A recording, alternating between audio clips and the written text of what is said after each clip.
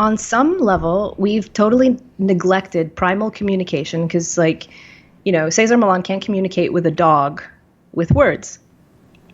We've neglected that there's an entire conversation happening between bodies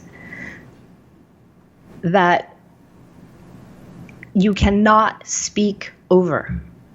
You can talk, say powerful things, say disempowering things, do whatever you want, but you can't neglect that level of communication.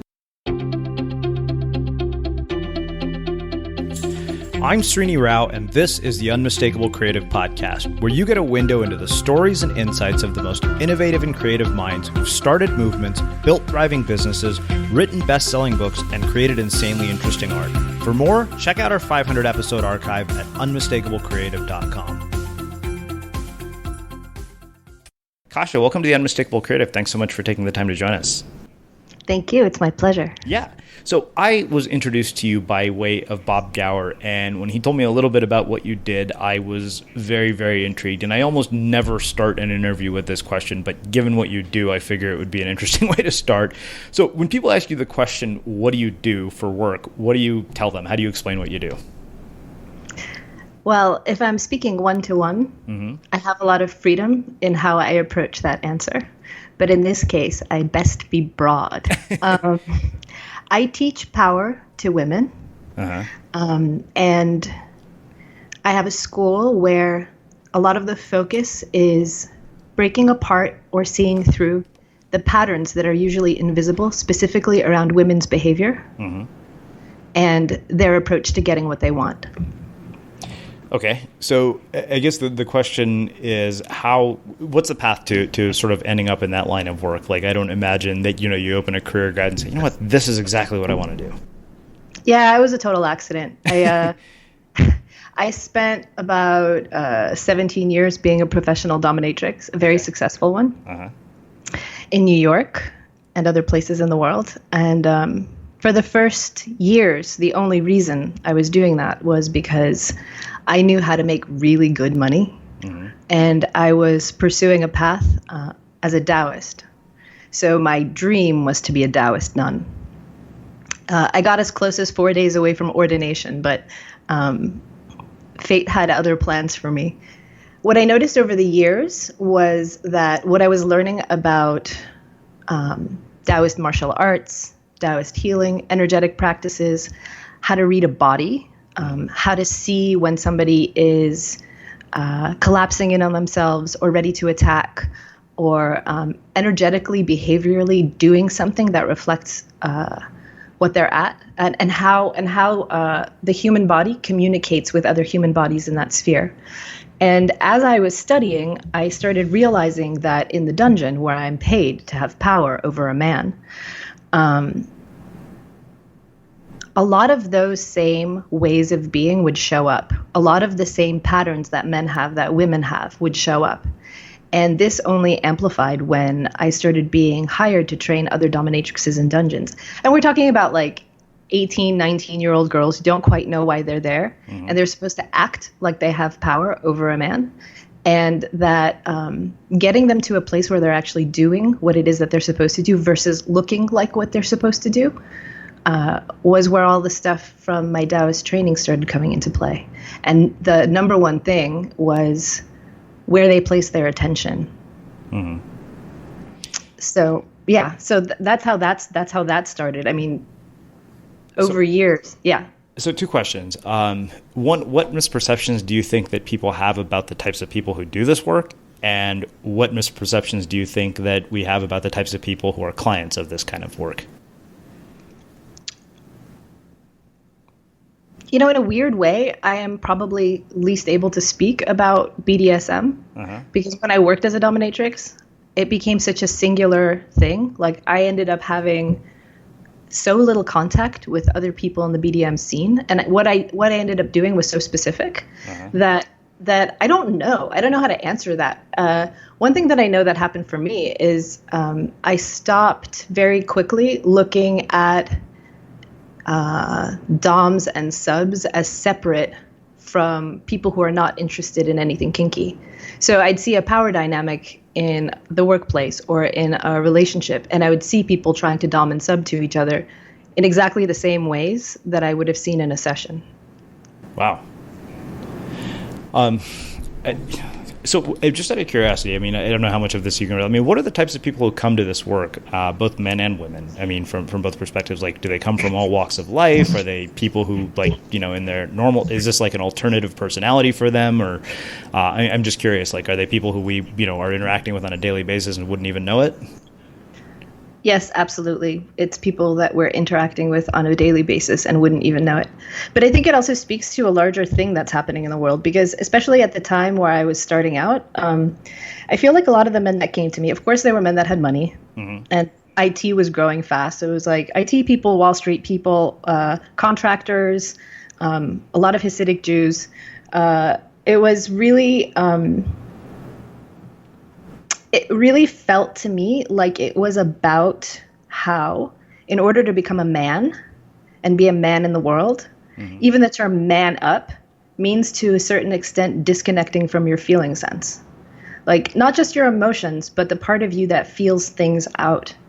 And what I started noticing is that women tend to have such a intense connection with their feeling sense and the emotions that result, that it becomes really difficult for them to even know what to do with them, given that there isn't enough place for them to not just express them and have them, but to use them well. So one of the things that I started noticing is that the difference between being an agency in its relationship in a power dynamic. So, like, when you're raising kids, and you have a little girl and a little boy, the tendency has been that any praise towards the girl has to do with her beingness. Look how nice Mary's being. Look how pretty she looks. The attention is on Mary, where if it's a boy being raised, there's this tendency to approve of his agency over his being. So it's not like, look how well behaved and how nice Billy's being. It's like, look what Billy did. And that has... over time, I think, an impact on how we identify ourselves in the world, as whether we are how we seem and how we're being, or whether we are good or bad based on what we're able to accomplish. So what is it that brings people to, you know, this whole BDSM scene, like, you know, to go in to hire a dominatrix or to even hire somebody like you? What kinds of things in their lives cause them to come to somebody like you that you've seen? Like, what is the sort of motivation behind it?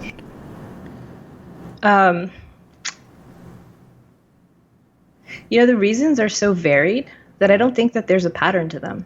I mean, really, like, one of the reasons that I've transitioned away from being a dominatrix and into teaching about power and power dynamics is I think that there's this general overall situation where men want to know how to feel more, and women want to know how to do more with what they feel.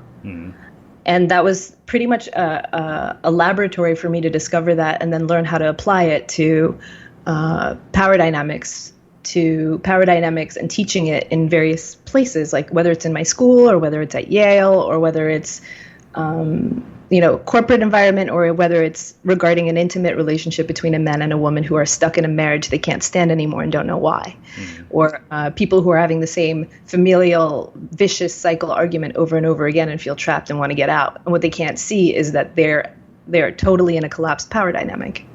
Okay, so I think that really sets up what I want to spend the rest of our time talking about, which is sort of this whole power dynamic and how it comes into play. I'd love for you to walk us through sort of the foundations of what, you know, actually being able to be powerful involves for somebody. Okay, so I'm going to use a metaphor directly from the dungeon, right? Okay. I'm a dominatrix. Say, put me in that dungeon with a man who's naked on all fours. And say he wants a spanking. There's going to be the smack that's a little too light, and over time that's going to irritate him. There's going to be the smack that shuts his body down so he can't feel more. And then there's going to be the smack that's just right, that makes his body light up and makes him feel more. In any given power dynamic, the connection between the two people works best when you can find that right-sized smack. The place where I think people get really screwed in power in general is in how they deal with resistance. Say you want to influence somebody, you want to convince them of something. This happens very, very, very quickly in my classes when I ask the women in the class to ask somebody else for something. Women do not want to ask. They do not want to ask, especially if it's meaningful to them, especially if it's something really important. They do not want to ask for anything. And one of the main reasons for that is they're afraid of hearing no. The first sign of resistance equals total invalidation. And the thing is that in terms of resistance, there's generally two ways that people deal with it. They either try to crush it or they run away. And then there's this middle way of dealing with resistance where you get curious about what's going on. So somebody says no and you get curious about what their no is about. And suddenly you end up in a situation where you have a person who can actually trust you enough to give you more of their world so that you understand what's behind the no and you can find a way to get either a yes or you can get something else. And the thing about women in power dynamics in specific is that they're so used to putting attention on themselves that they don't even know that they're not doing this. Putting attention on the other person past the no, past the point of resistance, to get into their world and feel them out and see what's actually there, to find a place where they can meet, because the place where they meet is the equivalent of the right-sized slap. What about men in power dynamics? Like, what are their tendencies that you've noticed? Men have been told to man up so long, and for millennia have had to go to war and shut off their feelings in order to be men, that a lot of times men will tend to be in the power dynamic structure, DOMs, which means they put their attention out on what they want. They put their attention out. And if somebody's a DOM over a long period of time, they risk losing connection with their own feeling sense. So that means that they can do and do and do, influence, have power over, but not actually be present to the results that are getting created. And that looks like tyrannical force. I mean, the metaphor for that is any tyrannical government is a bad DOM. So men are encouraged into this position where they're the equivalent of dictators that will by force try to create the results that they want. And that's not a sustainable model of power. It doesn't work. There's so many reasons why it doesn't work. We've seen it through history that what results is a rebellion where the coup that replaces the dictator ends up being exactly the same as the dictator in the first place. It doesn't include influence. And to have influence, you need to have a feedback pattern. So when you put your attention out in order to achieve a particular result, especially in a dyad with two people, right? The Dom puts attention on the sub, finds the point of resistance and gets curious about it, then you stand a chance at having actual influence. So where men will collapse a power dynamic is that they'll stop feeling the feedback, or they won't know that they're off the mark. And for women, they'll think that they are expressing themselves, exerting power, but what they're saying, what they're doing with their energy, with their body language, with their vocal projection, doesn't actually reach the other person, doesn't land in the body of the other person, nor does it create a situation where the other person feels like they can trust with their whole body what's being said and follow. So self-consciousness is one way of calling what it looks like, but a lot of it for me is just the habit pattern of having attention in. You know, it's interesting to hear you talk about this because, you know, when I've thought of influence and persuasion in the past, or, you know, the way it's presented in a lot of sort of social psychology and material is that it ends up being sort of a zero-sum game where one person gets what they want and the other person doesn't. But, you know, what you're describing to me doesn't sound like a zero-sum game at all. It sounds like creating a power dynamic where everybody's actually better off. Absolutely. And in the classes that I teach, one of the main things that, one of the reasons I teach women to be able to be better subs and better DOMs is because when you're in a situation in power dynamic where somebody's doming you badly, right? They're like trying to exert control or force and it's not hitting the spot. It's not creating anything. There's nothing but resistance, right? Even if it's a boss that's barking orders and missing the true gifts of the employees, trying to force them into something that doesn't work, then it's the job of the sub to learn how to switch. And switching dynamics is crucial. And if you watch any casual conversation that feels good, what you'll notice is that dom and sub is totally switching fluidly all the time. You have somebody who is speaking and speaking into the listening of another person. Then you have a person who's listening and then can feel the moment where it's time to switch. And it's that level of subtlety that I think is really important in understanding power dynamics in general. Like when women really want to exert themselves as powerful and dominant, what they usually do is the equivalent of self-detonation. They have all their attention in, they start screaming, and their energy is still not reaching anybody. Everybody else around is just getting hit with shrapnel. She's not actually reaching, feeling, and moving things in the other person. Okay, so I think what I want to talk about now is how do you create favorable power dynamics in different contexts? We've really kind of looked at it from men and women. I'm curious, in the context of sort of mating relationships, even in the early phase of a relationship, I'm curious kind of how do you create a favorable power dynamic and also find this balance between not coming across needy but not being so aggressive that you scare somebody off because you seem crazy. And then I'd like to look at it also through the lens of leadership and business. Okay, so this might sound a little bit weird, but one of the most important pieces I got was when I was working in a dungeon and I was reading Cesar Milan's book, The Dog Whisperer, on dog training. And there's this whole section about how human beings forget that their dog is an animal. There's like primarily an animal and a dog, and then a breed, and then a name. Like they look at their dog and they're like, look, there's Tinkerbell, right? And they forget the absolutely primal animal realities of the dog. And I was reading this and I suddenly felt like that's exactly the same with humans. That on some level, we've totally neglected primal communication because Cesar Milan can't communicate with a dog with words. We've neglected that there's an entire conversation happening between bodies that you cannot speak over. You can talk, say powerful things, say disempowering things, do whatever you want, but you can't neglect that level of communication. And in terms of mating and relationships, it becomes really simple from the perspective of women and from the perspective of men in different ways. Women need to ask for what they feel, right? They're connected to their feeling sense, to the animal of the body, right? They feel when they're safe, they feel when they're in danger, and they feel when they long for something. And breaking the taboo over voicing those things and voicing those things well in such a way where the fear of no longer exists.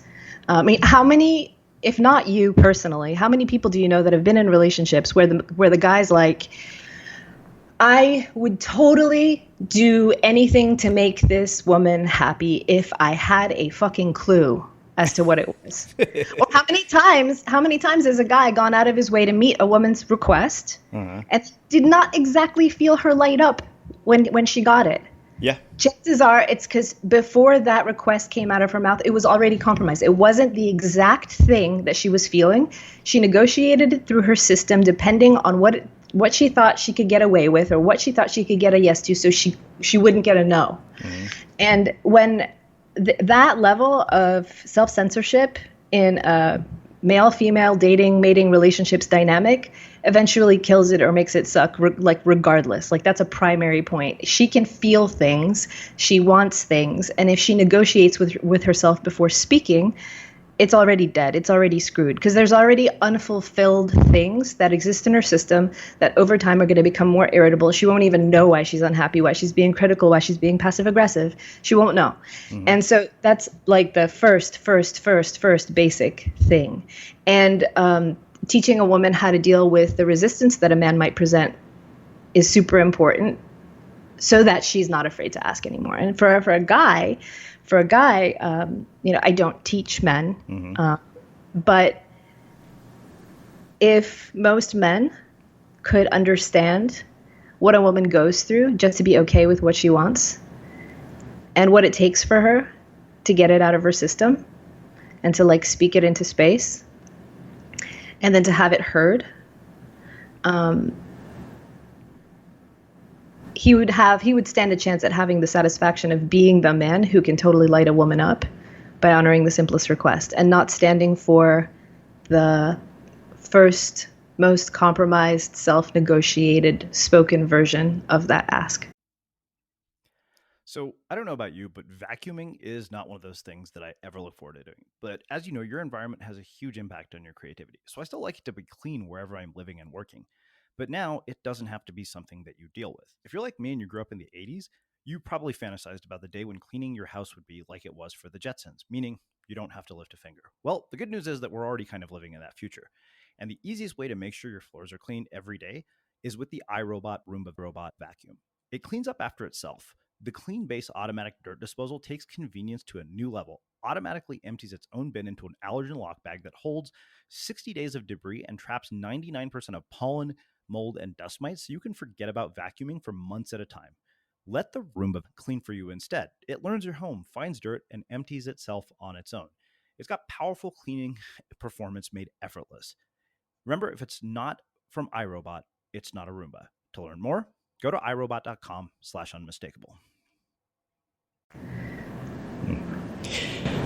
Do you find that men have a similar challenge? Because I'm just thinking of this with the lens of some of my own experiences with this, where I feel like I've compromised on numerous things where I'm like, I'm not good with this, but I'm willing to put up with it. You mean compromise in asking for things, or compromise in like reacting to things? Being passive aggressive, it's funny when you described all of that. I was like, I think I've done every one of those things in relationships. Yeah. I mean, also the in a lot of ways to build a curriculum or to teach, I have to use a lot of stereotypes and broad strokes. But the truth is that like the same things that women are going through, men are going through in a different way. Mm-hmm. Because gender, what we understand gender to be, is collapsing, but we still have very old school gender, like psychic education, if you know what I mean. Now a guy has to worry about being like where a woman has to worry about sounding bossy or needy, mm-hmm. a guy has to start worrying about the same shit. He's like, I don't want to be one of those toxic masculine types, but I don't want to be a wuss either. Mm-hmm. And those are both fears of going dom and sub. It's the same thing. It's like, you don't want to put your attention out too aggressively and miss, especially these days, and especially as a man, because a woman probably won't tell you when you're getting it wrong. A woman won't even tell you if you're ever having sex with her and it hurts. Like, it's everywhere. It's all over the place.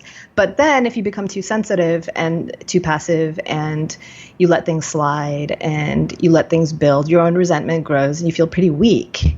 So it totally applies to men.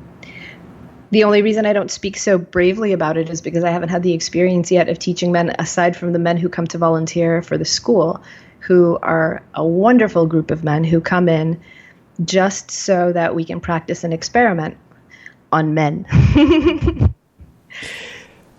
I guess, for me, I mean, like I said, I kind of have seen both tendencies in my own life to either pull away completely when I'm like, okay, I'm going to end up seeming too needy, or to be the complete opposite. I'm curious how you find the balance. The balance between the two? I don't. I go for doing both extremes really well. Mm-hmm. So like needy would mean your energy, your being, your entirety is withdrawing. You're going inward. So I would say if you're feeling needy, go even further into the direction of that and feel exactly the totality of what it is that you want.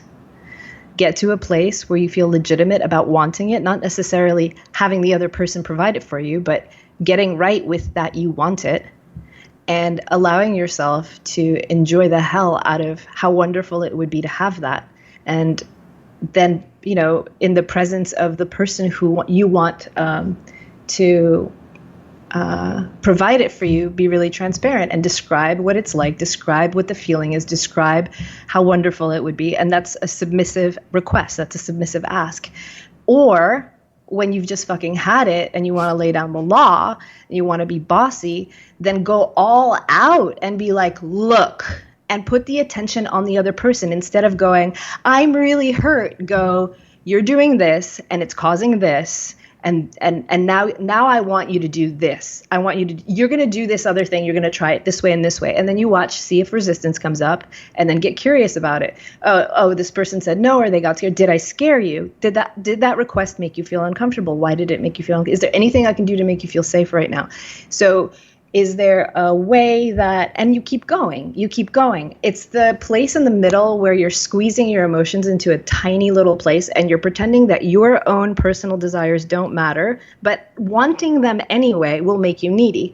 Or when you're squishing all of that shit in and what you really want to do is have influence over somebody and you try, it's not going to land. It's not going to, not only is it not going to land, you're not going to be present enough to their experience to be able to take care of them and influence them there.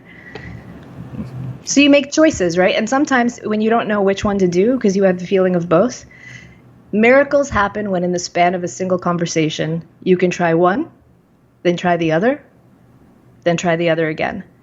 And not in the same sentence. Giving each enough time just so you can watch the body of the other person, see how they respond, watch them process it, and see what it is that they need. Do they need to be told what to do? Do they need to be given instructions on how to get from point A to point B? Or do they need to witness you in your totality and your desire and your feeling? And then act accordingly and from a place of inspiration or from a place of having witnessed you. It's really about the collapse of those two things, especially when two people are collapsed at the same time. Both people are feeling needy. Both people are feeling bossy. Both people are pretending that they don't want as much as they want. Both people are trying not to invade the space of the other too much. It just ends up being such a mess, and people hurt each other inadvertently in that sense. Mm-hmm. So what has been the impact of this work on the relationships and the lives of the people you've worked with from the context of relationships? Oh, it's been incredible. Everything from the most unconventional polyamorous situations to returning to the most traditional form of marriage to, more than anything, being able to see a relationship as a continuing evolution where the rules need to always be changing. They need to be set, but they need to be changing because people evolve and people need to update each other. It's been such a privilege and so much fun to watch and so much fun to experiment with these women and see what they come up with their families and their husbands or their boyfriends and their love affairs and their harems of slaves, whichever direction they want to go in.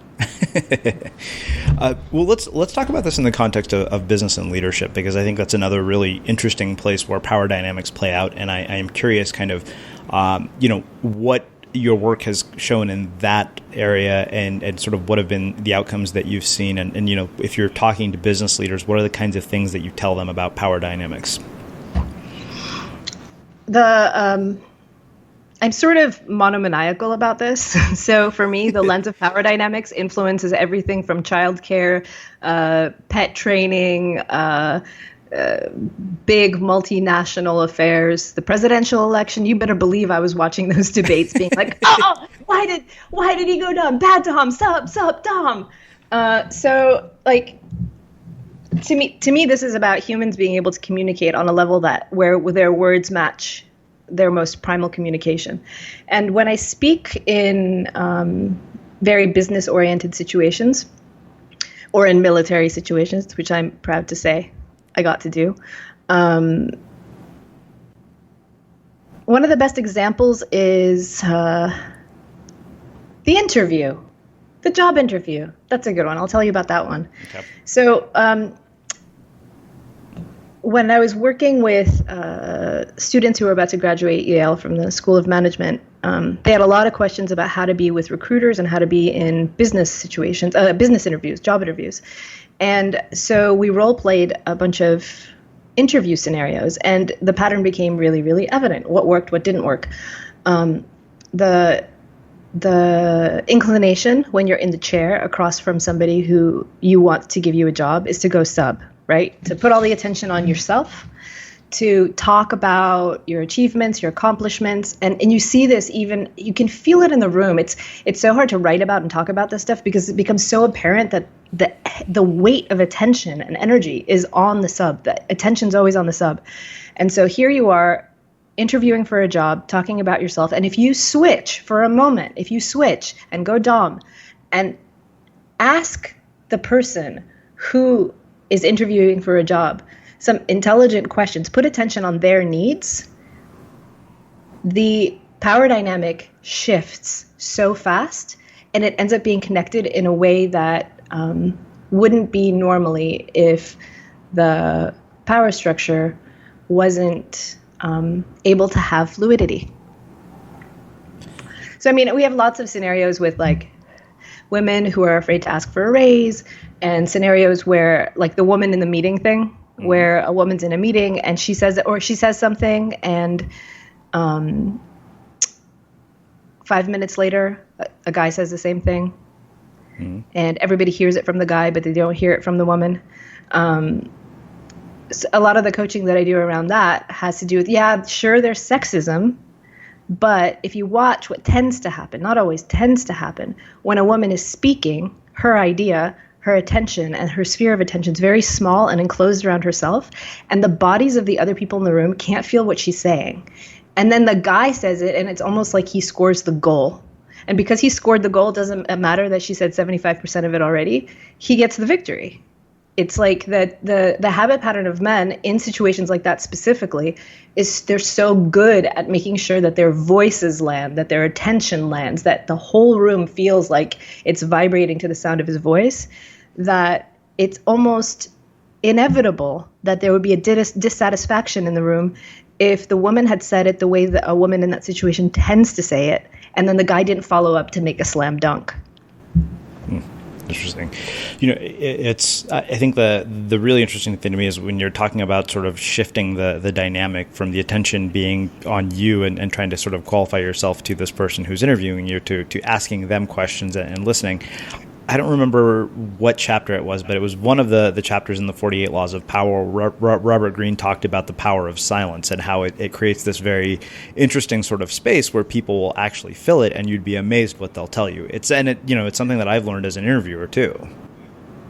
That's so cool. That's one of the exercises we do in the school too. Yeah. Yeah. Now let's both be quiet and see who speaks first. See who speaks first. Let's see who's going to break the stalemate.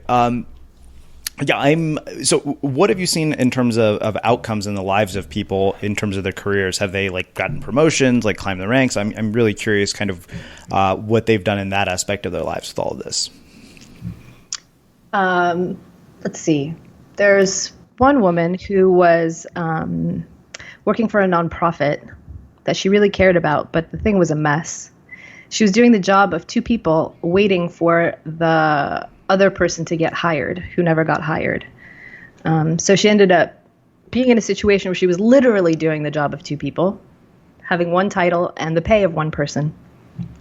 And throughout the workshop, we worked on her creating a series of asks that would have her use the colleagues that she had to create teams and make requests of her boss that ended up creating not just that she had twice as much pay or got compensated for doing the job of two people, but that she got her own division.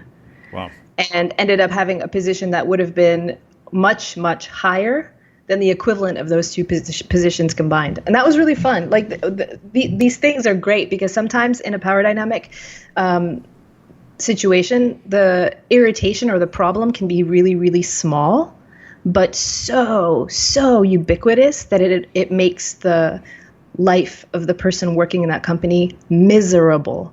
And the solution's really simple. Or it can be like the first example I just mentioned, where it's like a game of it's like a puzzle piece game, like one request after another, and all of a sudden you have this entire new side of an enterprise and a much more powerful position. It's interesting to hear you talk about this. I think back to a part of my career where I was like truly miserable because I was working with an abusive salesperson and a boss who just seemed to have it out for me, so much so that he even threw me under the bus on his way out the door. I mean, I ended up leaving that company before I was about to be fired. But I kind of wonder, looking back at this, if I knew, what I know now from having conversations with people like you, if I'd understood power dynamics, I could have, turned that situation to work in my favor. I wonder. Yeah. What you would have done. Well, I'm curious. So let's say that you're dealing with somebody who's abusive at work and just making your life miserable, and you have a boss that you just can't stand, which is the scenario that I was in. What would your work enable somebody like me to do in that situation? Well, then I'd have to get a little bit more specific with you. What was he doing? Well, what's abusive mean? So lots of things. I mean, preventing me from going to conferences and stuff when everybody on the team was there, but I was told to stay in the office. That was one of them. Did you ask him why? No, I didn't. I was chained to a desk pretty much all the time. I was very rarely allowed to be in client meetings, even though I could communicate extremely well. And then there was another moment where rather than, even though I had to take over for a salesperson, rather than applying for the job, they found somebody from the outside rather than asking me to apply for the job. I mean, just over and over. I mean, on some level, I hated the job, so that probably wasn't, anything I could hide. Did you bear all of this in relative silence? Yeah, more or less. So, I mean, there's 100,000 things you could have done. I don't know how that would have turned out any differently, but... I did speak up to HR once about the abusive salesperson, and she ended up actually quitting about 6 months after that. But not a whole lot changed as a result. But see, that's the thing. The thing about HR is great in companies, but it's a third party. And to shift a power dynamic, it's most effective to do it directly, one-on-one. And the other thing is that in situations where there's like a decorum or there's a protocol, there's a way to dom somebody in an effective way that's softer, that's still within the framework that's acceptable. Like I can't have one of my students go to her boss and lean over her desk and stick her tits out and go, "You like making me suffer, don't you? You like giving me the shittiest little position. You love watching me squirm. Does that give you pleasure? Would it give you pleasure if I suddenly collapsed at work?" And that doesn't work. So, but definitely turning the tables, especially in terms of attention. Mm-hmm. I recently had a situation where. Actually, there was a kind of a similar situation, and the student basically found a way to put attention on her superior, ask a few questions about why she does things the way that she does, mm-hmm. and then went sub and explained the impact of that, and then made a request so that there was like a feeling of acknowledgement, a moment of reversal of power.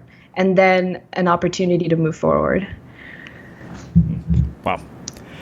Well, this has been fascinating. So I have two last questions for you. This is something I've been asking a lot of people about. If you could recommend one book to our audience, what would it be? What one book has profoundly influenced your work in your life? I'm not kidding when I say The Dog Whisperer, Cesar Milan's book. If you read it from the angle, if you read it through a lens of looking at human beings as being in the same predicament as dogs, uh-huh. where you have, you put a dog in a situation where they think that they're in charge, but they don't have what they need in order to lead the pack, which is basically what happens with dogs that are domesticated. Mm-hmm. It really changes your view about what a human being needs to do or needs to have in order to do what they're asked to do. And suddenly you're really grateful that you have language too, that you can communicate with people and use that. Well, I will have to add that to my list of books to read. So one last question for you, which is how we finish all our interviews, the unmistakable creative. What do you think it is that makes somebody or something unmistakable?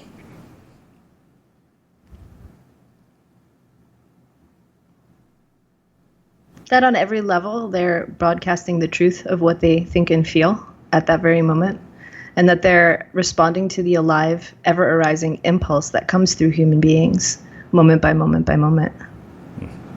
You can't forget a person like that. You don't forget their names. You don't forget their faces. They're unmistakable, because everybody's tuned to a different channel, and Everybody has something that's uniquely theirs to say. And if they're with that on some level, you can't mistake them for anything else, and you can't forget them. I love that. Well, this has just been really fascinating and interesting, as I expected it would be. Where can people learn more about you and your work? My website, KasiaUrbaniak.com, which is KasiaUrbaniak. Cool. For everybody listening, we will link up everything in the show notes, and we will wrap the show with that. Next time on The Unmistakable Creative. To increase its persuasive success, right? Mm-hmm. And the set of factors that moved me from the original model of social influence that says you have to arrange the content of your message correctly to get people to say yes to it, which I still believe, right? But there was a new model as well that I started seeing evidence of that caused me to see this alternative way of creating change. And that was to essentially create a mindset in the recipient of a message that would be consistent with the message that hadn't even been encountered yet. But if it would be possible to put someone in a frame of mind that made that person attuned to the strengths of our subsequent message, that would produce genuine traction. That would give us genuine leverage when the message eventually did occur. Robert Cialdini joins us to talk about using principles of persuasion to make our communication more effective.